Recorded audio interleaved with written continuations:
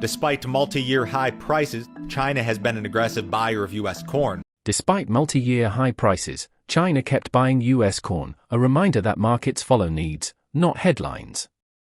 But while Washington waved tariffs like a cudgel and turned allies into bargaining chips, the rest of the world answered with something far quieter and far more dangerous to American primacy: strategy. They did not stage dramatic walkouts or hold press conferences. They nudged supply lines, rewrote contracts, and shifted loyalties one shipment at a time.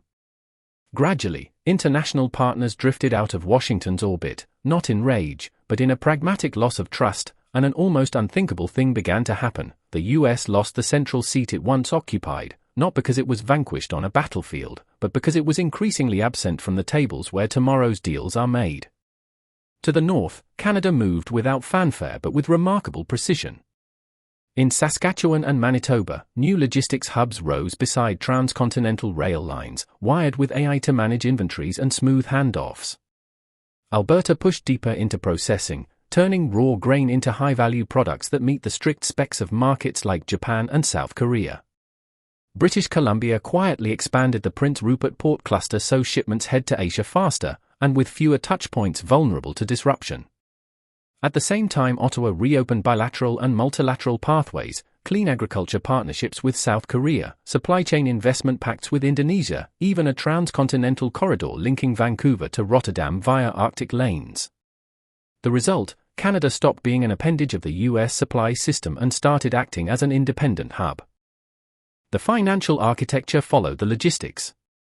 Regional development banks, think BDC and EDC, rolled out tailored financing for small and medium exporters just as American agricultural credit tightened under inflation fears. Where Washington hesitated, Ottawa supplied cash and credibility, and farmers took notice. Even more telling, a slice of U.S. industry began to reroute itself north of the border, quietly incorporating in Alberta or British Columbia so they could label goods Canadian and sidestep the volatility of American trade policy. That move was less about nationalism and more about risk management, a strategic pivot by private actors signaling a deeper shift in where long-term supply chains will trust to live. Canada didn't proclaim itself a challenger, it simply placed its bets where others could see them: better ports, smarter logistics, steadier policy. Power in this era isn't the loudest voice in the room but the party that understands which way the wind is blowing and positions itself accordingly. The question for Washington is stark: will it wake up in time to change course, or will the ships depart without looking back? The metaphor isn't rhetorical, it's literal. A maritime and commercial exodus can begin in silence, and by the time the alarms sound, the map has already been redrawn. For decades, made in the USA was shorthand for quality, innovation, and reliability. Today, buyers still value quality, but they prize predictability even more.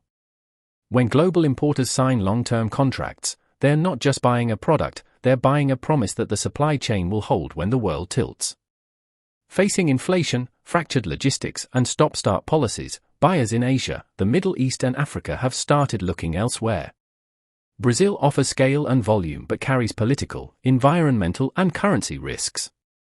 Canada, by contrast, is beginning to look like an oasis: predictable trade rules, robust ports, and a government that doesn't pivot every election cycle. Ottawa's playbook has been straightforward and relentlessly practical: shore up domestic transport agreements, expand storage capacity, lock in long-term contracts with growers, and invest in the connective tissue that preserves product quality. High-speed rail lines now link remote farms to ports faster than before, cutting transit time and protecting freshness for high-standard markets. Meanwhile, AI pilots predict seasonal demand and sequence shipments to avoid boom and bust cycles. This isn't hype, it's a system designed to be proactive rather than reactive, the difference between old commerce and a supply network built for an unstable world. On the other side of the border, many American fields remain vast and productive, but the orders aren't there. Containers are scarce, export paperwork gets snarled, tax rules shift from year to year, and buyers won't sign a decade-long contract if the risk of sudden policy change is real.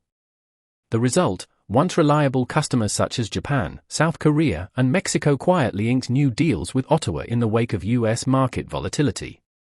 These choices aren't acts of spite, they're survival strategies. A factory in Mexico won't gamble an entire production line on an overnight tariff tweet, it will switch partners. Canada's advantage lies not in rhetoric but in consistency. It does not weaponize agriculture or bargain with threats, it delivers on commitments. Each container that leaves Manitoba or Saskatchewan carries an implicit memo to the market: you can count on us. South Korea signed multi-year memoranda with Canadian agribusinesses for industrial corn, feed, and processing inputs. Mexican food processors began diversifying northward. In a post-pandemic era where every contract has political implications, reliability has become a strategic asset, and Canada, quiet and unflashy, is claiming the role once assumed by default. Food has evolved into a geopolitical instrument. Supply chains now broadcast a nation's stability and its partners' confidence. The U.S. still produces plenty, the fields are full and the technology remains cutting edge, but production alone no longer guarantees market share. When politics intrudes on commerce, buyers run for the exits. Canada, by contrast, backstops contracts with real investments, cold storage, transcontinental distribution networks and transparent, blockchain-based traceability that lowers counterparty risk. From Alberta to British Columbia, Thailand, Singapore and the UAE are already building logistical and investment ties not simply for capacity, but for a seat in a steadier chain. The change goes deeper than grain and ports, it reaches currency and confidence. Heavy reliance on the US dollar looks riskier when political tools can blunt financial flows. Some trading partners are pricing deals in euros, yuan or bilateral currency arrangements rather than tying everything to the greenback. Canada's steady monetary policy and measured approach make it an attractive anchor for those looking to diversify political risk. These shifts won't explode overnight, they are being written quietly, line by line, shipment by shipment. If you believe the world is most altered by the subtle moves no one notices at first, then watch these corridors closely, and if you want to stay on top of every turn in this emerging order, like and follow the channel. The implications stretch far beyond agriculture. As Canada strengthens its role in global supply chains, other sectors, energy, technology, and critical minerals, are beginning to follow the same quiet pattern. Lithium from Quebec, rare earths from the Northwest Territories, and clean energy partnerships with Europe are reinforcing Canada's reputation as a country that delivers steady output without political turbulence.